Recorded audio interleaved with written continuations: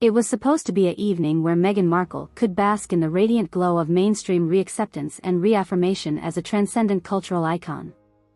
The embattled Duchess of Sussex was being honored at the prestigious Brighter Tomorrow Legacy Leadership Awards, an ostentatious annual ceremony celebrating activist luminaries projected to shape humanity's inspirational future. But when American pop superstar Taylor Swift inadvertently stumbled upon the Duchess in the Dolby Theatre's eternally slaking Klieg light gauntlet, an off-the-cuff comment ignited a conflagration that left Markle's carefully cultivated victimhood iconography smoldering in ashes. With red carpet festivities in full swirling swing as megawatt celebrities paraded before a delirious wall of paparazzi flashbulbs and fan shrieks, Swift emerged radiantly poised in an emerald green Valentino column gown. The multiple Grammy winner appeared initially bemused at the fervent reception, casually waving to adores as her security coterie forged a path toward the theater's entrance. But as the surreal scenario crescendoed into an even more rabid roar of shrieking veneration from somewhere off to her periphery, the singer suddenly paused mid-stride.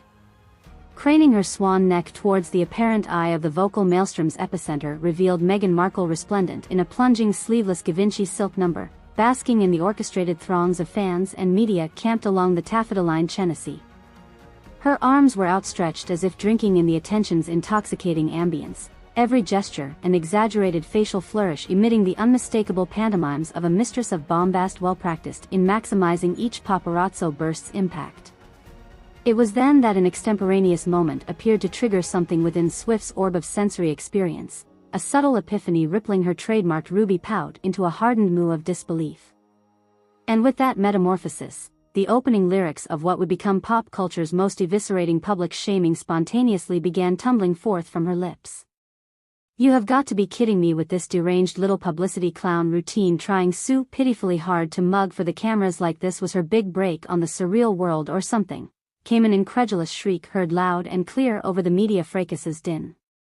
For the next several fateful moments frozen in entertainment infamy, Swift's cadence escalated into a peerless exhibition of off-the-cuff contempt that achieved a kind of extemporaneous performance art masterpiece, equal parts bewildered fury, withering humor, and a profound lament over the perceived pettiness and vapidity consuming the celebrity-industrial complex. All the while, the Duchess remained blissfully unaware as the maelstrom's camera flashes danced across her preening countenance. Like, look at this thirsty bitch's sad melted Duchess face, completely oblivious to coming across as anything other than a pathetic crying baby begging for any cheap sliver of hollow validation after years of trying and failing to position herself at the hollow self-parody center of some dumpy feminist racial pooderage morality play. The singer fumed through cascading torrents of vitriol that appeared to manifest transcendently as if conjured by divine providence. As the initial shockwaves toppled the surrounding forest of camera binocs, Swift soon accelerated into even more menacing rhetorical contours that drained any pretenses at humorous deflations, like a raging Valkyrie channeling the dismantling energies of 1,000 indignant Jeremiahs. She appeared hellbent on heaping the earth salted behind Markle's bombastic martyrology shtick. You want real social advocacy and resilience?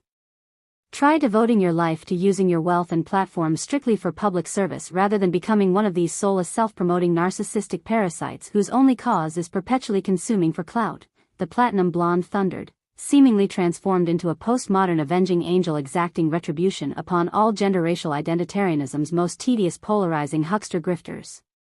Mere moments after these initial fiery salvo detonated at her vicinity, the Duchess appeared to register the acoustical shockwaves swallowing the carpet in blaring totality. Visibly startled, Markle momentarily froze mid-wave with facial features morphing into a rictus of stark incomprehension and dawning dismay. What followed was an excruciating extended interval of sublime anticlimax as Swift alternated between booming volleys of searing disparagement and long-winded indictments broken up by conspicuously droll silences to allow their incendiary implications to metastasize thoroughly within the collective social psyche. This is like literally the saddest, most superhumanly thirsty cry for external validation and recognition I've ever directly witnessed with my own two eyes. The one-time counterpolitan prodigy blasted unremittingly over the assemblage's rolling waves of murmurs and paralyzed second-hand humiliations.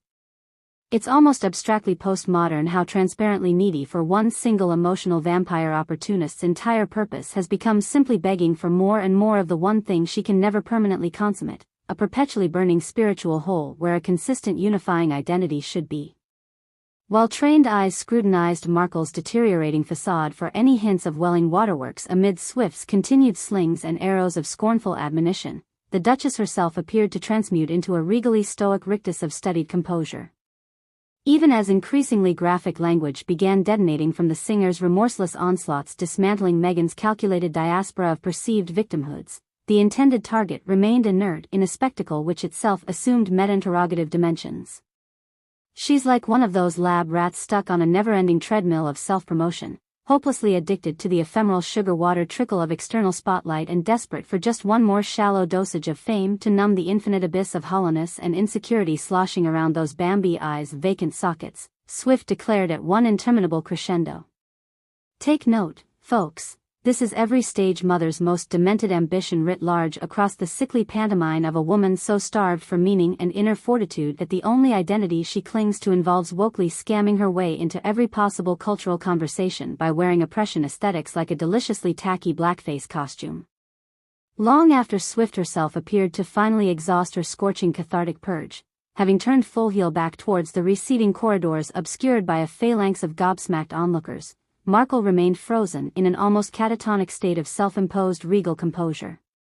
Dazed by the full-frontal nature of the on-stage immolation yet steadfastly upright with an almost defiantly resolute impassivity etched into her patrician countenance, the Duchess became an unwitting symbol of delirious emptied-out culture wars being waged all around her presence. Only once the red carpet preamble dissipated into the pressrooms behind the tinted green room partition did Markle finally allow the mask to slip completely. With photographers and pit crews exchanging darting glances of trepidation intermixed with prurient curiosity, the Duchess buckled onto her high-heeled stilettos with racked shoulders surrendering to halting tremors. Then the full existential gravity of public persona's utter decimation consumed her facade, unleashing cathartic torrents of anguished splintered sobs echoing miserably across every soul in attendance. This was supposed to be my moment of victorious reascension to unapologetic grace. Markle managed to vocalize in rasping gulps between pitiful clenched teeth. My platform to affirm the world that they can be uplifted by my courageous truth. The sight and soundtrack of an iconic culture warrior's tribulational ethos shattering into 1,000 inconsolable shards of vulnerability transmitted in rippling wavelengths across the assemblage as more and more eyes became transfixed upon the dissolute confessionalism. Even hard-bitten veterans of controversy's most tumultuous gauntlets faltered momentarily under the deluge.